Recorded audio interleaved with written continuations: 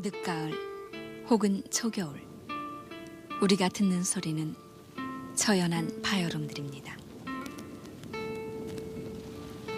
조용한 소리들이 바람의 소리에 묻혀버리고 마지막 계절을 아쉬워하는 풀벌레들의 울음소리 사이로 들리는 마른 풀잎들이 서로 부비며 내던 소리. 그 소리, 언젠가 우리들이 그 풀벌레처럼 풀잎의 그림자처럼 내던 소리.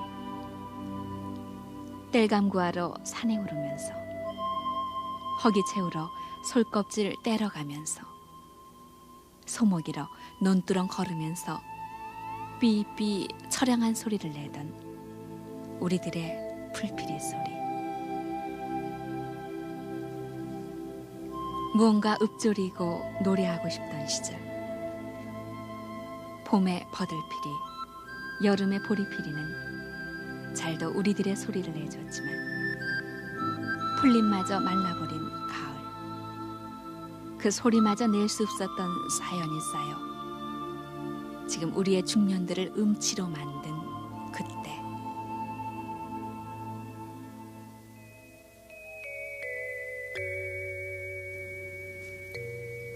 큰 길은 아스팔트로, 동네 길은 시멘트로 메워져 풀들마저 덮여진 오늘의 도회지. 피아노 교습이다, 바이올린 교습이다, 웅변 학원이다 해서 종일 소리에 시달리다 잠든 아이.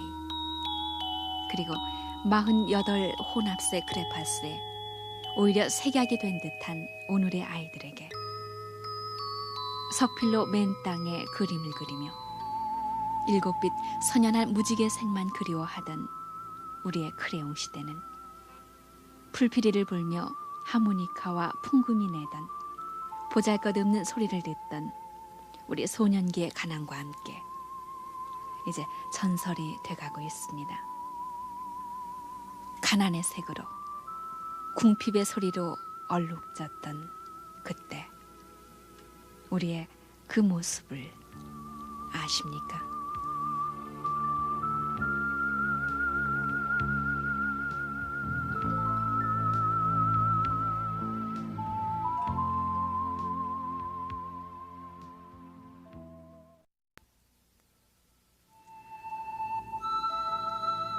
(30년) (40년) 전 아이들에겐 산에 오르는 것이 큰 즐거움이었습니다.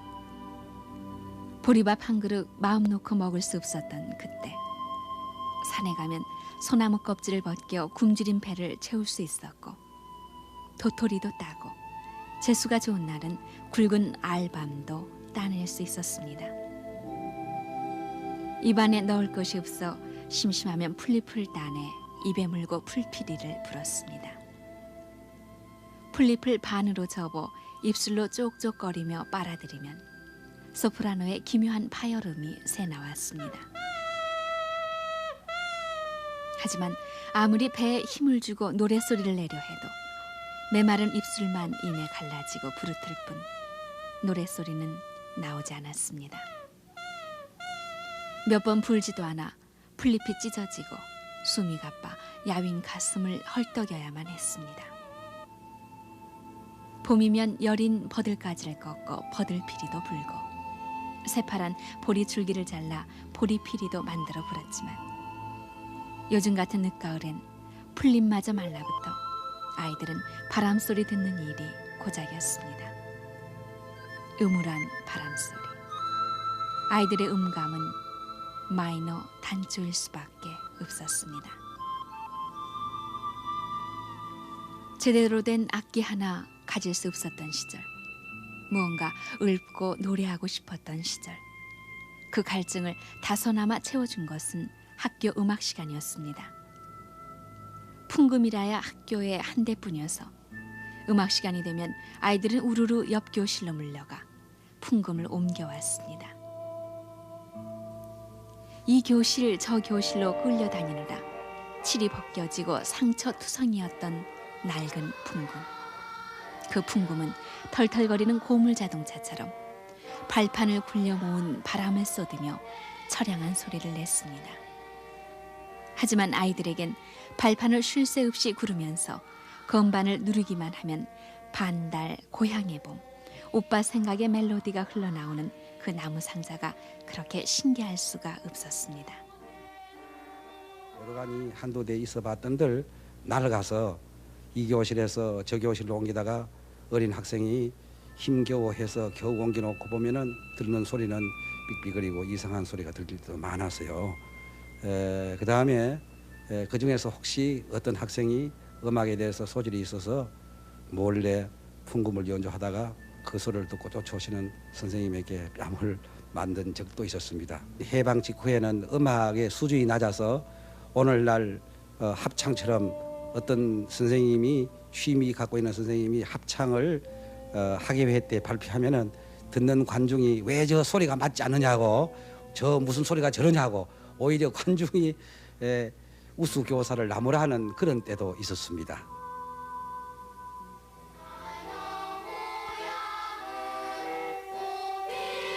그때는 왜 그리 음치가 많았든지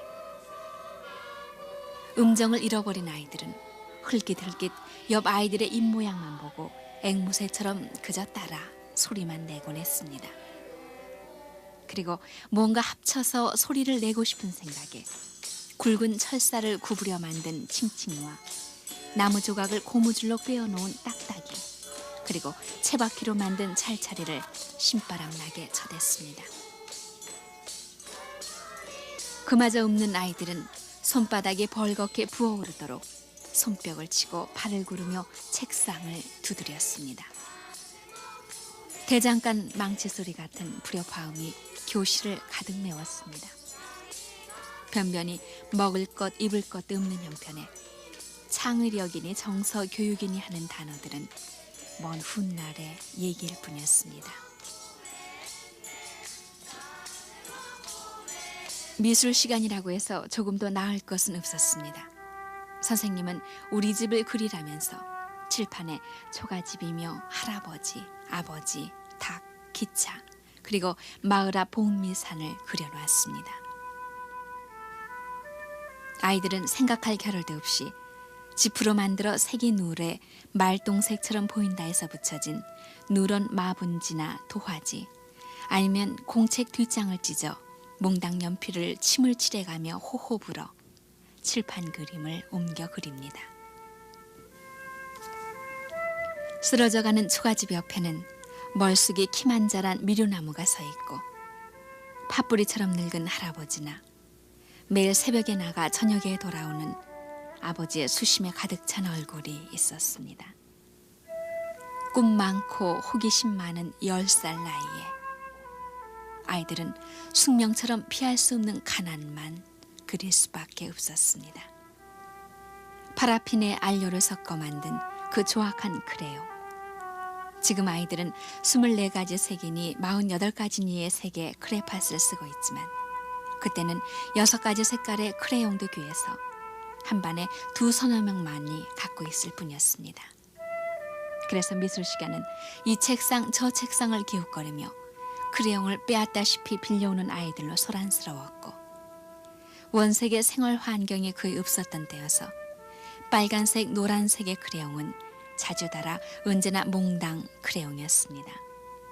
그러나 크레용조차 빌리지 못한 아이들은 누런 마분지에 몽당 연필 대상만 할 뿐이었습니다. 그때 크레용도 구하기가 별로 어렵습니다. 그래서 크레용을 대체로 해서 숟가루도 이용해 본 예가 있고 또 선생님이 쓰고 있는 분필도 때로 훔쳐서 그것을 물에 찧어서 색으로서 나타내 본 배도 있습니다. 그리고 내과에 가서 돌을 주워 가지고 여러 가지 색이 포함되어 있으니까 이것을 가루를 만들어서 화재에 나타내 본 그런 적도 있습니다.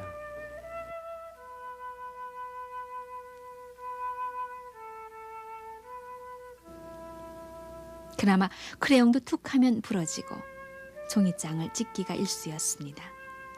종이도 나쁘고 크레용도 질이 보잘것없었기 때문이었습니다. 힘을 주고 눌렀어도 종이에 묻지를 않아 그림은 햇볕에 바랜 옷감처럼 허옇게 얼룩이 져 있었습니다.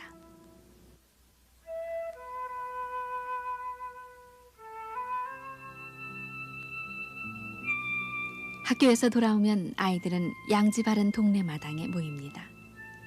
아이들은 새끼줄로 기차를 만들어 골목을 뛰어다니며 학교에서 배운 기찻길 옆 노래를 부르기도 하고 공마당 사람들처럼 주먹손으로 나팔을 부는 흉내를 내며 온 동네를 누비고 다녔습니다.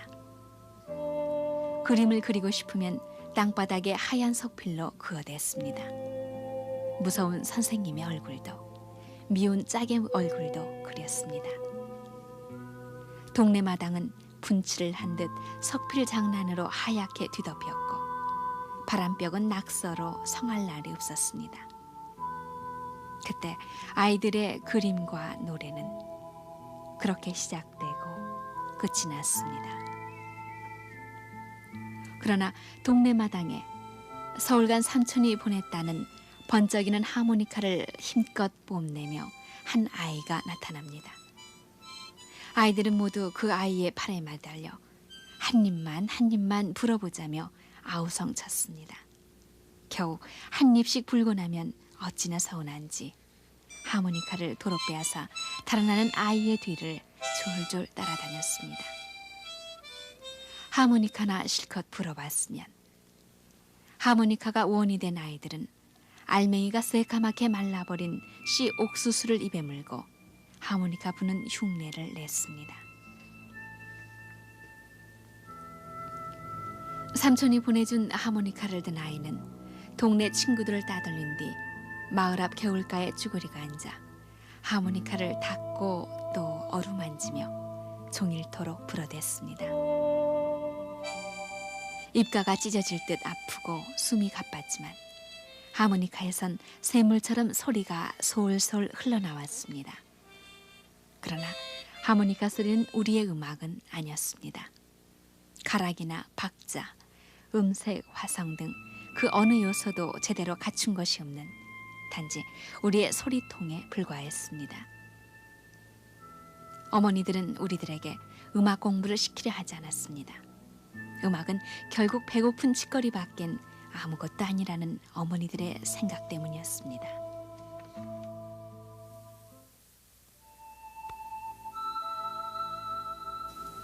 해방의 혼란과 유교의 참화, 해마다 찾아오는 보릿고개에 허리가 휘어지던 40년대와 50년대.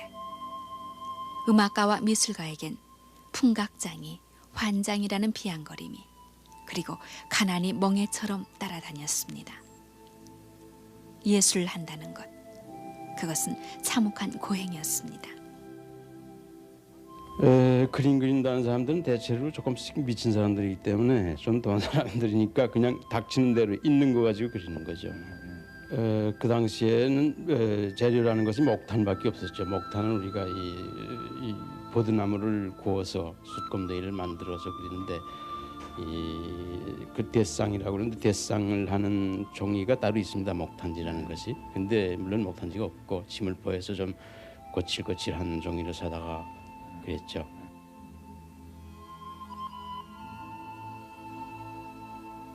예술의 암흑기와 다름없었던 그 시대에도 음악회 미술 전시회는 끊이지 않고 맥을 이어왔습니다.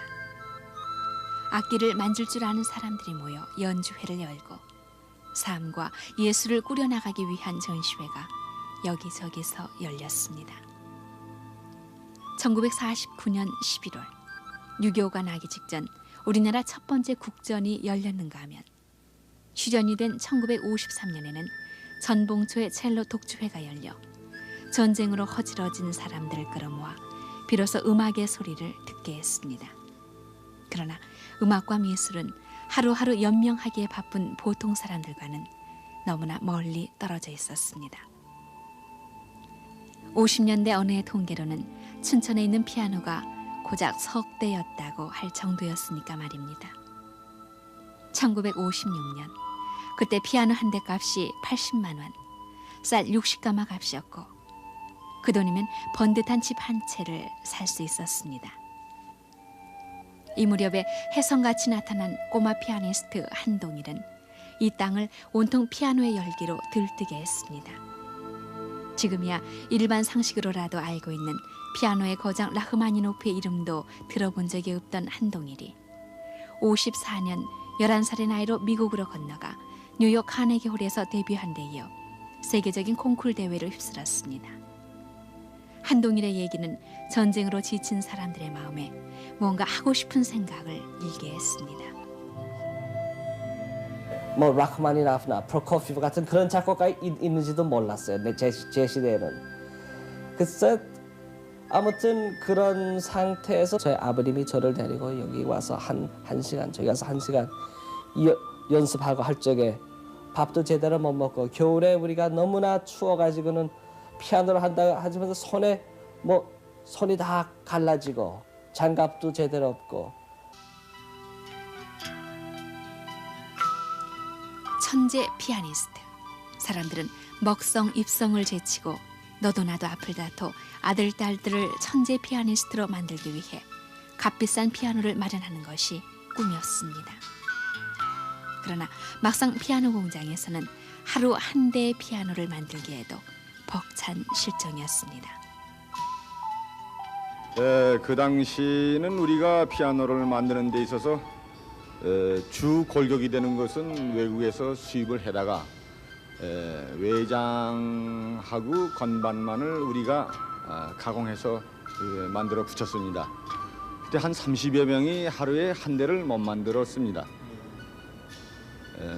작업 방법도 상당히 원시적이어서 목공일 하는 사람들이 대패질, 끌질, 톱질로 해서 피아노에다가 맞춰봤다가 다시 뜯어서 그 도장을 해서 재조립하는 그런 상당히 원시적인 작업을 했었습니다.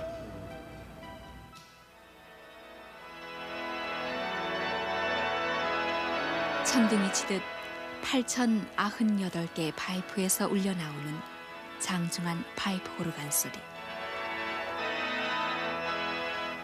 이젠 어느 지방을 가도 연중 끊임없이 누구누구의 연주회, 독창회가 열리고, 그런가 하면 아이들은 서너 살 때부터 피아노 앞에 앉아 개인 교습을 받고 있고, 17이 되면 바이에린이 체르니가 거침없어지고, 시골 벽지 학교를 가도 기악 합주단은 손쉽게 볼 수 있습니다.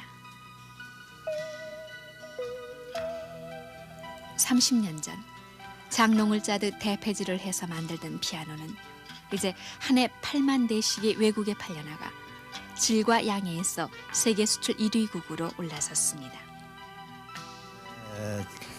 1950년대에 우리가 피아노를 조립하기 시작을 했는데, 그 당시만 하더라도 전혀 그 피아노를 구경 못하는 사람이 대부분이었고, 첫째는 가격이 굉장히 비싸기 때문에 일반인이 너무나 보지도 못한 것이 그동안 우리가 장족의 발전을 가져와서 오늘날은 세계에서 어떤가는 품질의 피아노를 만들고, 특히 피아노의 최다 생산국인 일본을 완전히 수출로서 억눌려버리고 말았습니다. 그러한 우리가 이제 세계 정상에 지금 올랐다는 그러한 그 흐뭇한 입장에 놓였습니다.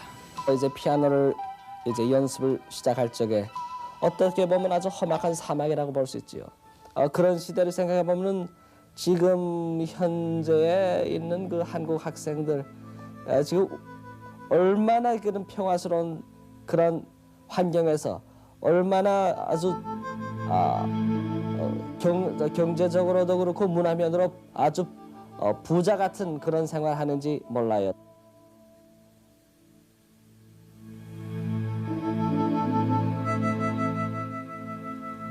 청계산에 새로 선 현대미술관은 그림이 없어 못 걸 정도로 전시 공간이 넘쳐나고 있고, 유명 화가의 그림은 한 호에 몇백만 원씩에 팔려나가고 있는 오늘, 유아원 아이들이 36가지의 색, 48가지 색의 크레파스로 값비싼 스케치북에 그려내는 것은 그 옛날 우리들이 마분지며 도화지에 그리던 궁핍이 아니라 로켓이며 로봇이며 빌딩에 요란한 모습들입니다. 이 밤 소란한 도심을 퇴근해온 중년들의 귀에 잊어버렸던 한 소리가 들려옵니다. 바람의 소리에 가린 듯 멈춘 듯 입술을 부르트게 불던 풀피리와 하모니카 소리. 발이 닿지 않아 선체로 손가락 아프도록 도미솔 도화라 시레솔만 눌러보던 누런 풍금의 건반.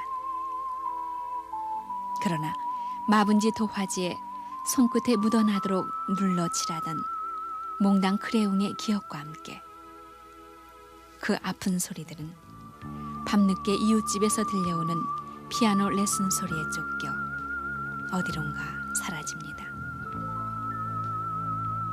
우리는 세월의 아픈 마디가 담긴 소리를 이제 잃고 있습니다. 그때 그 소리를 아십니까?